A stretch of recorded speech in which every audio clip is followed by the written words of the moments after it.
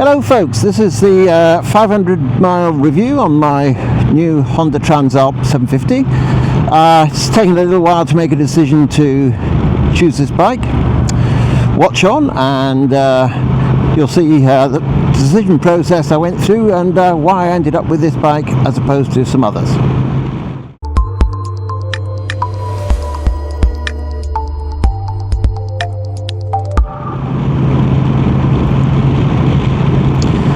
So the Honda Transalp.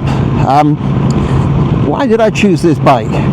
Well, I've been over the last 6-7 years I've downgraded from Suzuki GSX-R 1000Rs. My last bike was the Tracer 900 GT, and there's a kind of point where you reach where you want to have a bike that is comfortable, sporty, but kind of lets you enjoy the ride rather than the constant feel that you want to be flying around the place at high speed.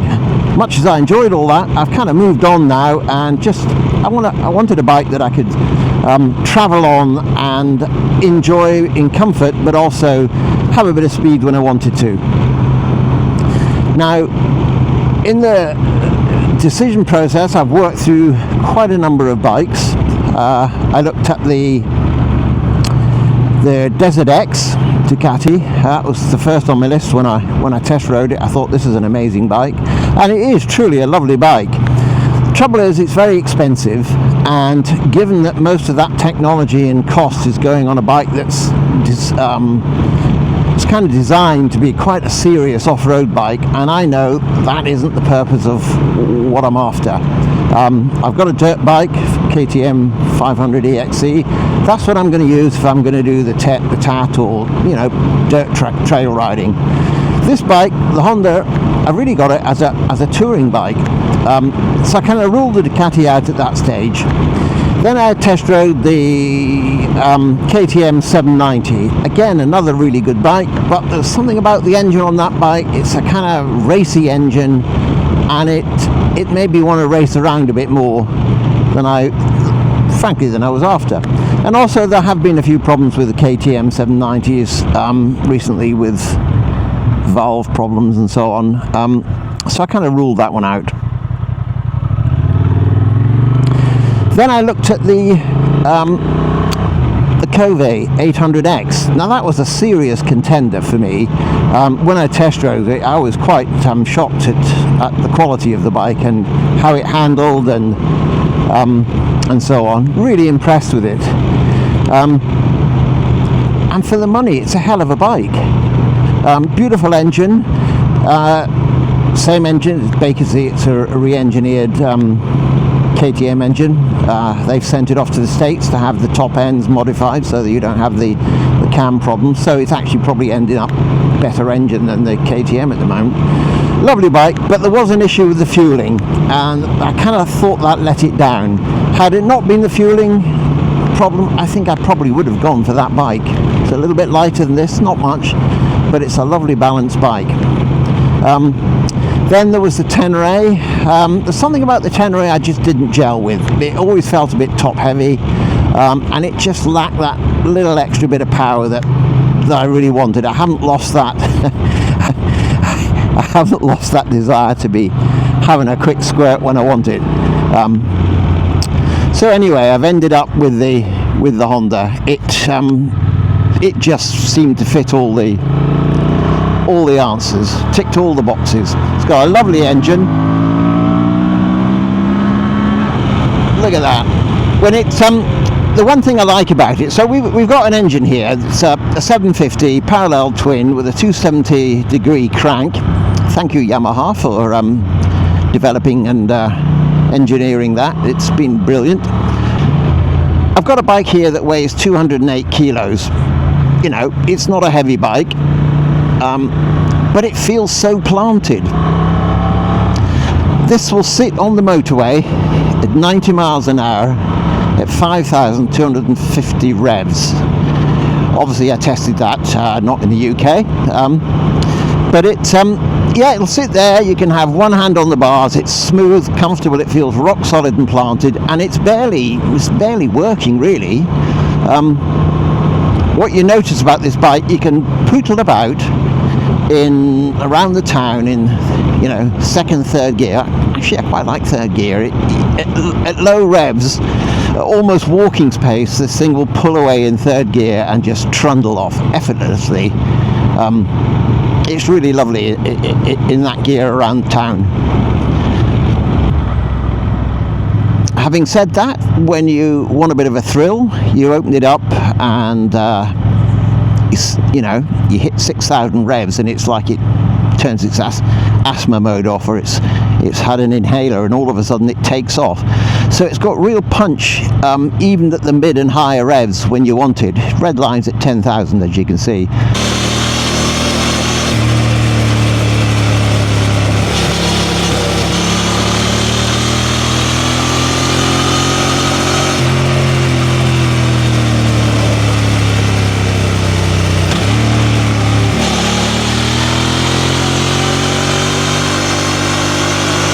Got real punch when you want it, but it's got that lovely, you know, that lovely 270-degree crank, and the way they've set the fueling up and the short stroke on it, it's just got that lovely low down torque.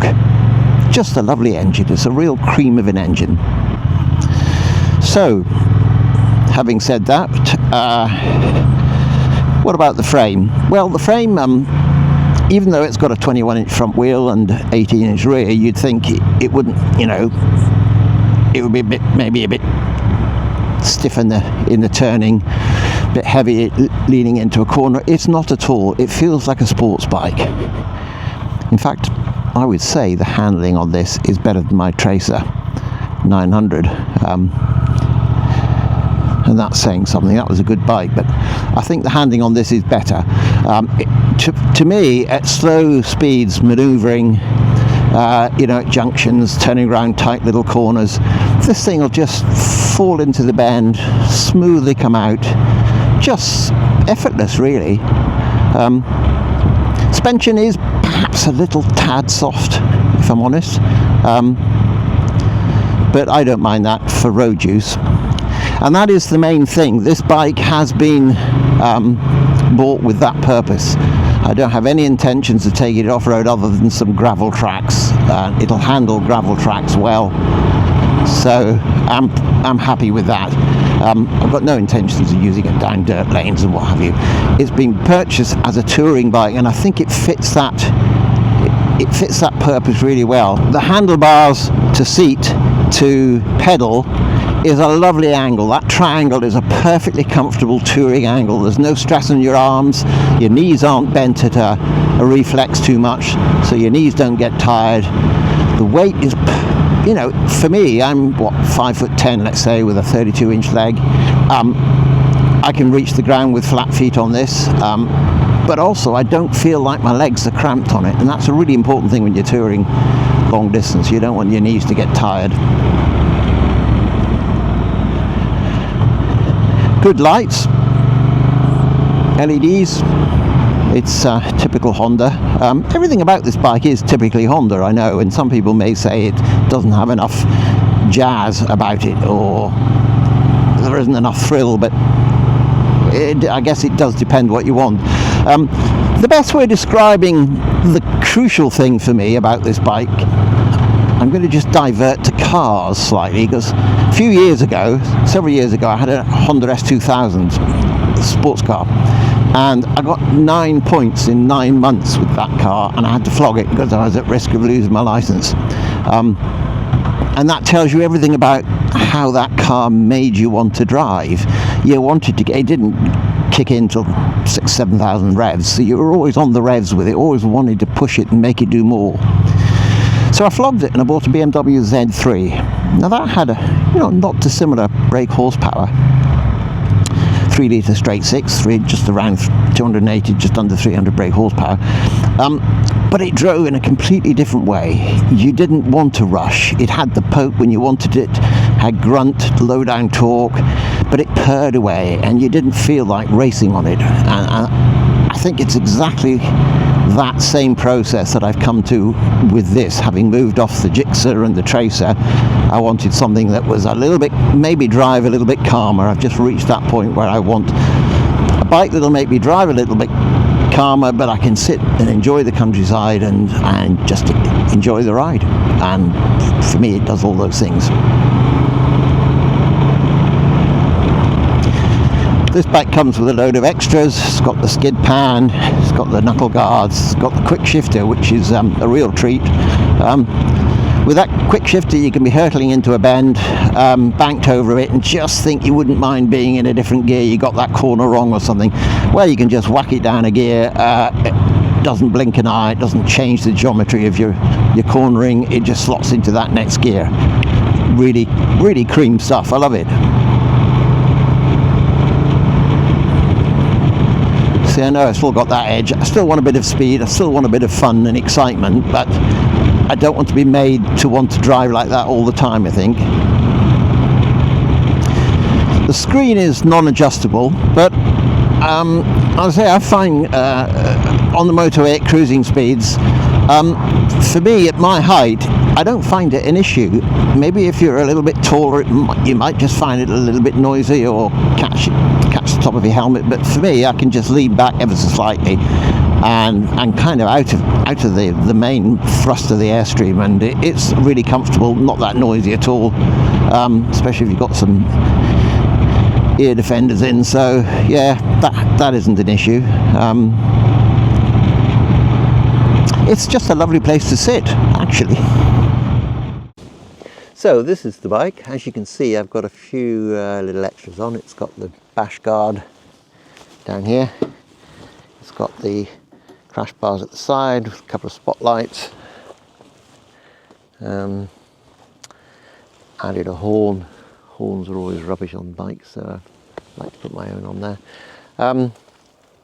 Yep, I like the colours. Some people prefer the grey outlined and the black version. I quite like these classic old Transalp colours with the gold wheels and what have you.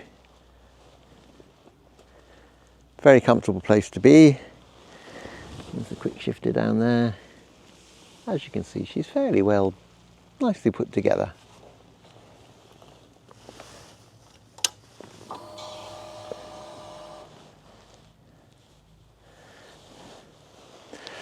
So I'll just show you the dash. The other thing, I'll just see if I can show you this if I sit on the bike. This is what I'm talking about. The handlebar to foot peg to seating position is really comfortable. There's very little reflex on my leg here. That's a really comfortable angle to be at. You can sit at this all day long and not be worried. And here we have the dash. I hope you can see that with my head doesn't get in the way. Let's climb off a minute. You've got different modes: sports mode, standard, rain, gravel, and one called user, where you can change the power, the engine braking, the torque, the ABS and so on. You can manage those and set them to set them to parameters that you feel happy with. I fiddled around with that, but I haven't quite managed to get the exact fitting for me. As I say, you can play around with various functions on here. You've got a mode button, function button here, which controls, at the moment this is controlling the spotlights, whether they're on or off, but if you fit some heated grips, then your function button will allow you to turn your heated grips on or off. I've also added a little charger here. But yeah, as I say, you've got a variety of different functions you can play around with. Set it up kind of as you like. As I mentioned earlier, there is no screen adjustment on the bike, but I'm generally fairly happy with that. Tyres are Dunlop Trail Max. Haven't had any issues with those at the moment. For me, they're good all-round tyre. As I mentioned, I'm not really planning on going on dirt tracks with this bike. That isn't the plan behind it, but it would happily go on gravel tracks with those tyres, no trouble at all. That's pretty well the roundup of my Transalp. As I say, I'm really happy with it so far. I'm glad I made the move off the tracer. For me, it's been a good decision. I did forget to mention I tried out the Tiger 900 and that got chucked off my list fairly early because I really did feel I wanted a twin, not a triple, as I've just come off the tracer, which was a triple. So that was my reason for chucking that one out the scheme. Anyway, I'm hoping to take this bike on a long trip next year. It could go down to Turkey, it could go down to New Zealand or Australia. And it's the kind of bike I'm happy to sit on all day, and it's going to take pretty well most of what I'm going to throw at it. So I'm really happy. Anyway, drop me a line in the comments below if you've got one or you've test ridden one and you've got some likes or dislikes that you've found on the bike. That'd be interesting for others. Anyway, that's me out, and enjoy your rides.